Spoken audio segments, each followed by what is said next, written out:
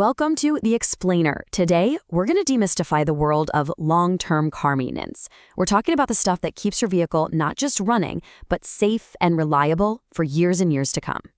So here's the plan. We'll start by looking at the maintenance you might be missing right now.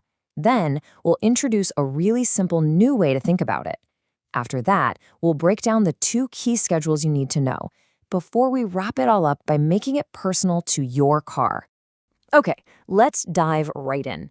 We all know about the basics, right? Get your oil changed, check your tire pressure. But what about all those other less frequent checks that are just as critical, if not more so, for your car's long-term health?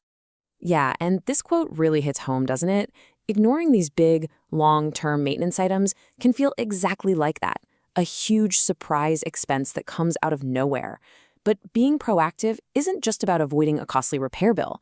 More importantly, it's about preventing serious safety hazards down the road. So here's the crucial idea. Your car is actually aging in 2 totally distinct ways at the same time. And that means you need a 2-track approach to maintenance. See, it's not just about how far you drive, it's also about how long you've had the car. This slide breaks it down perfectly. You've got these 2 clocks ticking away. On one side, you've got wear and tear from friction and movement. This is what happens when you're actually driving. Tires on pavement, brakes gripping, all that good stuff. But on the other side, you've got time itself. Even a car that just sits in the garage is aging. Rubber gets brittle, fluids degrade, batteries lose their charge. That clock never stops. All right, let's tackle that first track, the one that's all about the odometer. Think of this as your car's workout plan. It's a maintenance schedule based entirely on the distance it's traveled. Now, the research points to a few really big milestones on the odometer that every single car owner should have on their radar. And these aren't just gentle suggestions, they are key moments in your car's life that absolutely demand your attention. So when you hit that 60,000 kilometer mark, it's usually time for a major service and a fresh set of tires, for safety and performance. A little later, around 75,000, your shocks might be getting worn, which really affects your ride stability. Then at 90,000, you're looking at that critical timing belt. And don't worry, we'll come back to that one. And of course, if you drive a manual, that clutch often needs some love around the 100,000 kilometer mark. And this is just so true. It's the absolute definition of being penny-wise and pound-foolish. Skipping these services can create a domino effect. One worn part puts extra stress on other parts, and suddenly what would have been a small preventative cost turns into a massive, unexpected repair bill. Now for the second track. And honestly, this is the one that so many of us forget about. It's the maintenance schedule based purely on your car's age, and it has absolutely nothing to do with how many kilometers are on the clock. Because time, well, it takes its toll on everything, and your car is no exception. This timeline here highlights the key checkpoints for a car's age. And this is especially important for those low-mileage cars, the ones that might spend most of their time parked, because some parts degrade whether you drive them or not.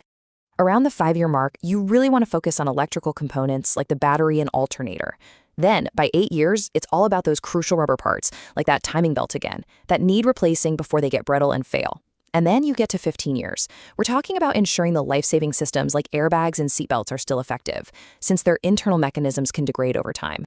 Okay, hold on a second. You might be thinking, hey, you just mentioned the timing belt on both lists, and you would be absolutely right. That is not a mistake, and the reason why is the perfect example of why this whole 2-track system is so important. So what is this thing? Well, think of the timing belt as the conductor of your engine's orchestra. It's a rubber belt that makes sure all the critical moving parts, the pistons and the valves, are all moving in perfect split-second harmony. If it's out of sync, the whole performance comes to a crashing halt.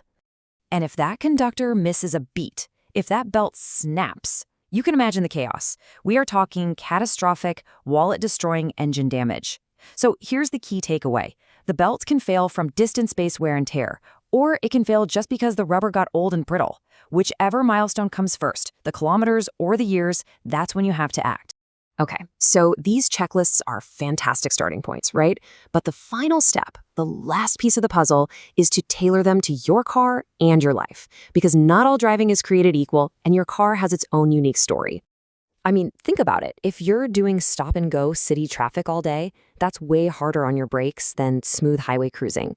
If you live somewhere super hot or humid, that's going to age rubber parts a lot faster. These are all variables, which is why, at the end of the day, your car's official owner's manual is your ultimate authority. You use that as your baseline and then adjust for your unique conditions. So there you have it. By keeping an eye on both of those clocks, the odometer and the calendar, you can get ahead of problems, protect your investment, and keep your cars safe and reliable for the long haul. The only question left is, what does your car's maintenance story look like? Which clock is ticking louder for you right now?